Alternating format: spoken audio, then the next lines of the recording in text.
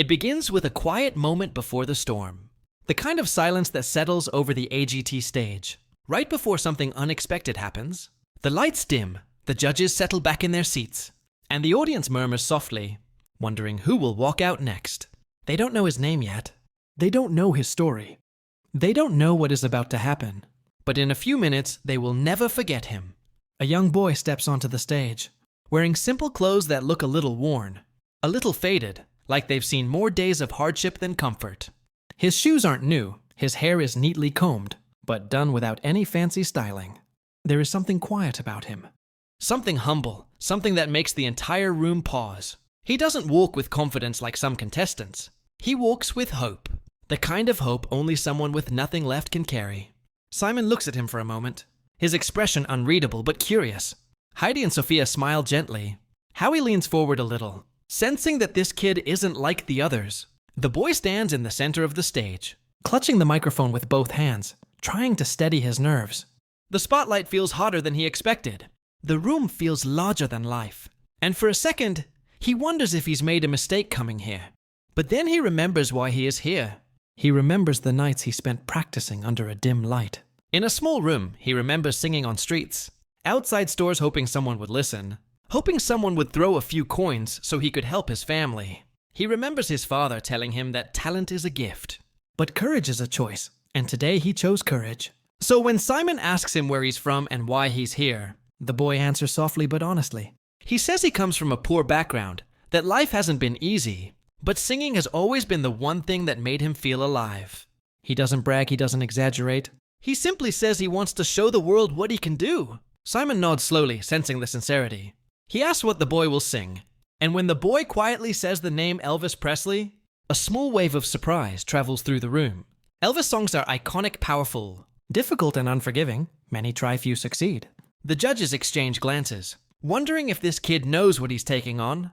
The music begins. A gentle instrumental opening echoes through the theater. The audience holds its breath, unsure what they're about to hear. The boy closes his eyes for just a moment, grounding himself. Then he begins to sing, and instantly everything changes. His voice comes out rich, deep, warm. The kind of voice that carries soul, character, and a surprising maturity. It doesn't sound like a kid singing Elvis. It sounds like Elvis himself has stepped back into the spotlight. The tone, the vibration, the smoothness, all of it feels eerily familiar. It's not imitation, it's not mimicry. It's something deeper, something almost haunting. The boy doesn't just sound like Elvis. He carries the same emotional weight behind every note. The rawness, the sincerity, the pain and the power the audience reacts immediately. Gasps ripple across the theater. A few people even stand halfway through the first verse, stunned by the voice filling the room.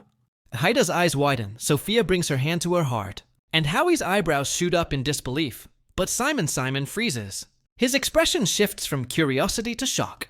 Then to fascination, he leans forward, studying the boy, unable to look away. Because Simon has heard thousands of singers, but he hasn't heard this not from a kid, not from someone so young, so fragile, looking so quietly confident. The voice doesn't fit the boy, and yet it does. It fits perfectly, like it was meant to be his all along. As the performance continues, the boy begins to relax into the music. You can see the transformation happening in real time. His shoulders loosen, his breathing steadies. He starts to move slightly with the rhythm. Nothing exaggerated, nothing forced. Just a natural flow that shows he isn't just singing. He's living the moment. The audience senses it too. They lean in closer, drawn into the story he's telling. Through each note, he reaches a climactic part of the song. A moment that demands strength and control. And he delivers it flawlessly. The power in his voice rises, fills the entire theater, and echoes in every corner. It's the kind of sound that gives goosebumps. The kind that reminds people why music matters.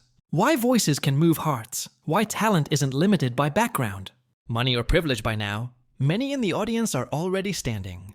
They can't remain seated. Something about this performance cuts deeper than just entertainment.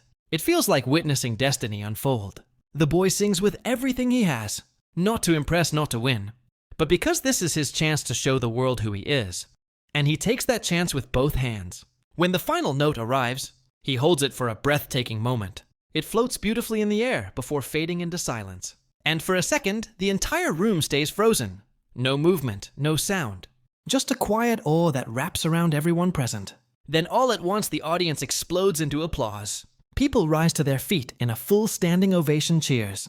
Whistle shouts. The room erupts. Many faces show pure disbelief. Others show emotion, even tears. And through all of it, the boy stands there stunned, overwhelmed by the reaction. He's never experienced on this scale before. Simon takes a few seconds before speaking. He rarely looks this moved. He rarely looks this surprised. And he rarely, almost never, looks this emotional when he finally speaks. His voice carries more warmth than usual. He tells the boy that what he just did was extraordinary. That it was unexpected, powerful, and genuinely incredible. He says that talent like this doesn't come around often, and when it does, it deserves to be recognized. The boy listens, his eyes shining, not knowing whether to smile or cry. This is the moment he never imagined would actually come true. The other judges share their thoughts too. Heidi talks about his voice being magical. Sophia emphasizes the authenticity of his performance, and how he praises the bravery it takes for someone so young to sing an Elvis classic with such mastery. And then comes the part the entire room senses, the moment when something truly life-changing might happen.